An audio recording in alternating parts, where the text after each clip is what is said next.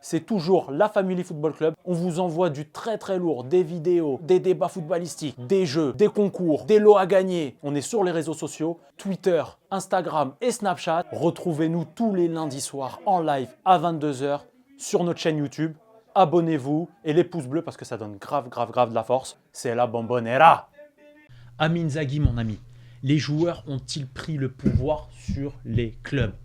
On va commencer par le cas de Léo Messi. Est-ce qu'aujourd'hui, tu as senti que Léo Messi, à un moment donné, c'était Metz qu'un club et Metz qu'el Barça? Mais clairement, là tu vois, là tu me parles de Messi, mais pour tous les joueurs en général, en fait, surtout les joueurs qui ont une grosse valeur, comme Mbappé, tous ceux qu'on voit à l'image en fait, Mbappé, Haaland, Donnarumma, parce que là regarde, tu vas voir Messi par exemple, ce qu'il a fait au Barça, parce que je sais pas ce que Loguito en pense, moi j'aimerais bien savoir, mais le cinéma qu'il a fait en pleurant dans un billet de 100 euros, son mouchoir qui s'est vendu à je sais pas combien d'euros. Donc en gros, il a pris en otage le Barça durant des années parce que pourquoi? Quand les joueurs ont pris le pouvoir, ils ont mis tous les œufs dans leur même panier, ils lui payaient des sommes astronomiques dans le salaire et du coup, c'était lui qui était devenu plus important que le club. Mbappé, maintenant aujourd'hui, dès que tu prononces Mbappé et que Nasser Al-Khelaifi il entend ça, il prend du Lexomil. Milan AC, ce qui se passe avec Donnarumma, un gars de chez eux, au final, il n'a pas voulu prolonger, il se retrouve au PSG. Donc au final, tu regardes bien qu'aujourd'hui, les joueurs qui sont vraiment importants ont leur destin entre leurs mains et décident de ne pas prolonger et de faire ce qu'ils veulent de leur destin. Même Messi, que ce soit Messi qu'on voyait tous terminer au Barça, au final, c'est aujourd'hui les joueurs qui décident de leur existence. Aujourd'hui, plus grand qu'un... Tu en parles d'une institution, tu le disais, c'est comme quoi Barcelone tout entier, tu vois. Est-ce qu'aujourd'hui, Messi a pris le dessus?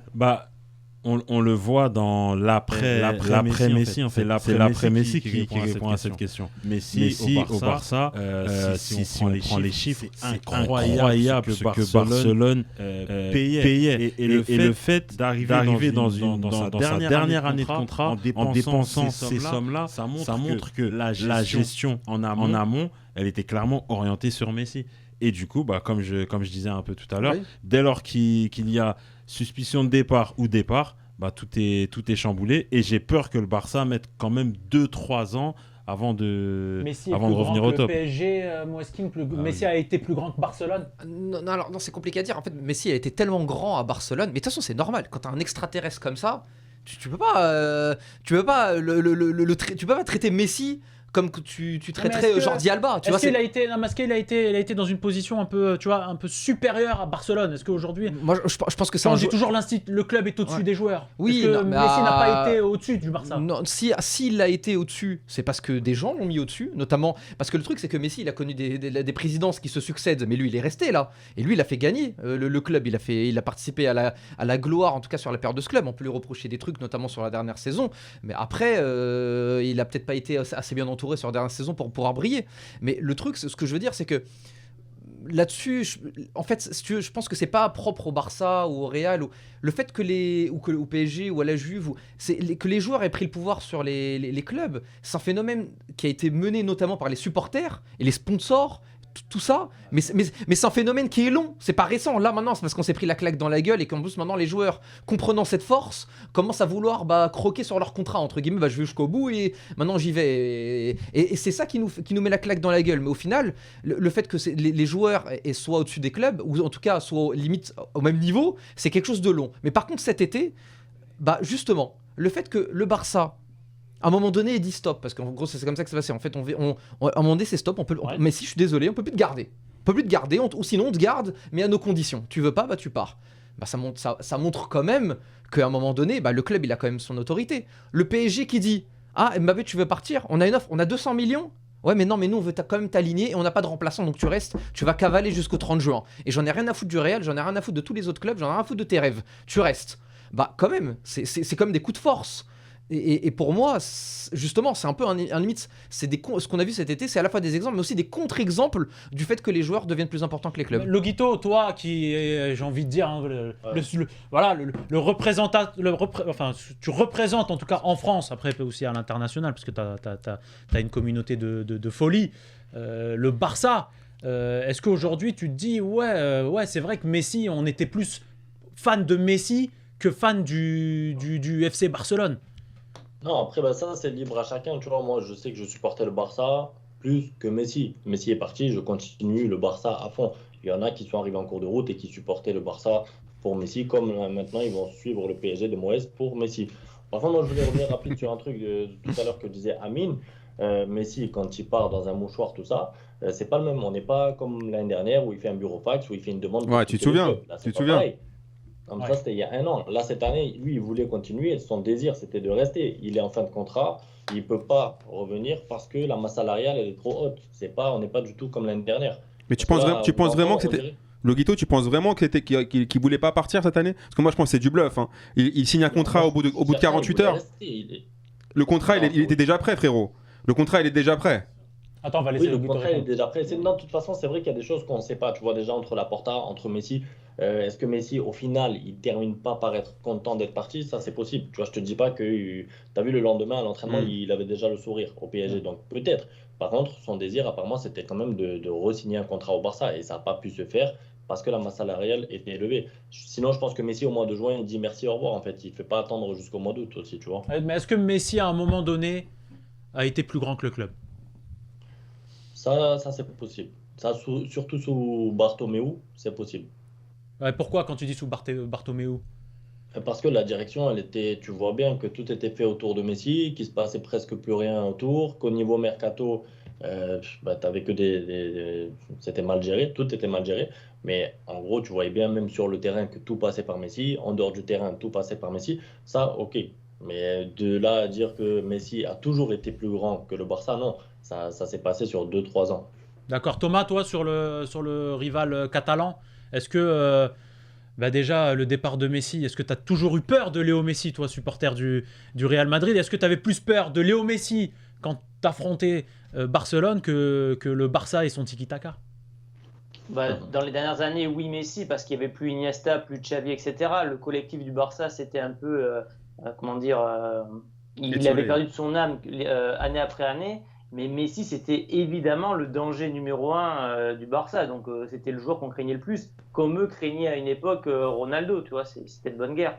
Ah, tu sais pas, ça se trouve, Loguito, il va dire, moi, Cristiano Ronaldo, je le craignais pas. Il serait de mauvaise foi. S'il y avait penalty, j'étais en panique. Oh là là. Non, mais ce qu'il faut souligner, c'est les fins des gros joueurs. Elles sont compliquées à gérer.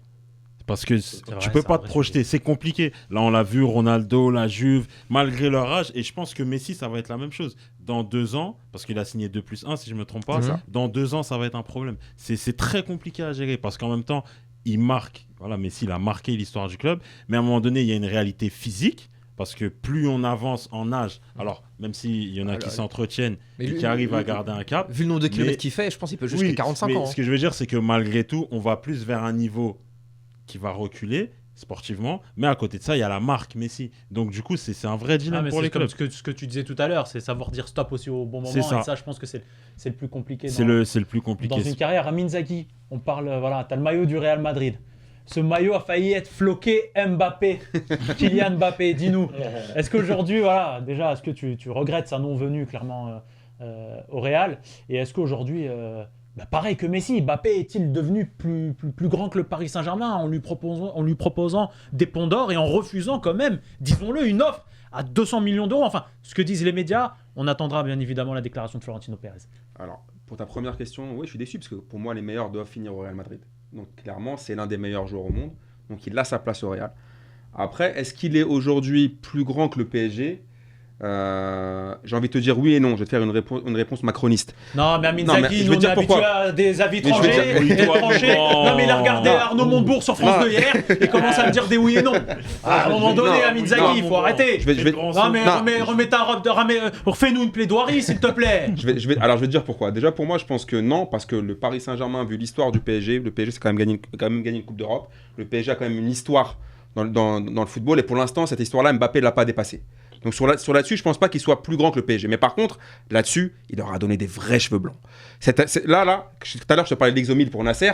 Dès que tu disais qui ou Mba, Tu le voyais déjà qu'il commençait à saigner du nez. Il comprenait pas, c'était déjà. Et carrément, il voulait l'enfermer carrément. Il ne partira jamais. Il a quand même dit, il ne partira jamais. On le vendra pas et il sera jamais libre. Donc en gros, le gars, c'est Guantanamo. Il lui a pris son passeport. Donc en gros, c'est Guantanamo. Donc en gros, il arrive au Qatar avec les travailleurs au Qatar. Là, il prend le passeport, il le met dans le tiroir et il bouge plus. Mais après, quand tu vois que par exemple, qu'il refuse une offre de 45 millions d'euros et une prolongation de contrat, c'est que quelque part, là, ce qu'il fait, comment il joue avec les nerfs du Paris Saint-Germain, là-dessus, quand même, il a gagné pour moi le bras de fer. Tout YouTube, toute la planète foot attend l'avis de Moes King sur ce sujet. Moes King, mon ami, est-ce qu'aujourd'hui, Kylian Mbappé, aujourd'hui, avec justement ce refus de prolonger, avec un salaire supérieur à celui de Léo Messi, le fait de ne pas le vendre, Moes King, à un moment donné, est-ce que le cas Mbappé est passé au-dessus de la direction et aujourd'hui Mbappé est trop grand pour le Paris Saint-Germain? Bah non, de toute façon Mbappé il va être amené à partir, tout le monde le sait, le mec il veut partir libre, etc. Mais justement, est-ce qu'il monte pas à un moment donné, justement en partant libre, que voilà, moi, vous PSG, moi Mbappé, je suis plus grand que le Paris Saint-Germain? Bah non, c'est la vie du foot. C'est-à-dire qu'à un moment donné, le PSG l'a recruté aux griffes du Real Madrid. À l'époque, quand il était à Monaco, tout le monde disait il va au Real, c'est sûr, on le sait, on a des infos, etc. Le PSG, ils le prennent au nez à la barbe du Real à ce moment-là. Ils le prennent, ils vont le faire jouer 5 ans. Il va passer 5 ans club. 5 ans, c'est énorme dans le foot d'aujourd'hui. 5 ans, c'est énorme. Et c'est pas n'importe quel 5 ans. C'est 5 ans entre ses 18 et ses 23 ans. Donc, c'est-à-dire 5 ans de très belles années. Peut-être que ses plus belles années, ça sera entre ses 23 et 30 et ça sera au Real. Auquel cas, bravo pour le Real. Mais maintenant, Mbappé, il a fait ses années au PSG. Le PSG le prend. Peut-être que le PSG veut tout faire pour le garder. Mais qui ne ferait pas tout pour garder Mbappé aujourd'hui? Justement. Qui ne ferait pas tout pour garder Mbappé aujourd'hui? Comment? Je trouve que c'est normal, toi. De quoi? De refuser une offre à 200 millions pour 1 an. Mais toi qui parles de gestion... Non mais c'est une vraie question. Mais juste réponds vraiment à la question. Est-ce que tu trouves que c'est normal de refuser une proposition de 200 millions d'euros pour Kylian Mbappé? Eh ben, moi je peux comprendre que le chiffre de 200 millions d'euros à 1 an de la fin du contrat fasse grincer des dents. Ce qu'aurait fait de lui le deuxième plus gros transfert de l'histoire. Tout à fait. Maintenant, Loguito, tu as posé une très bonne question, je vais y répondre.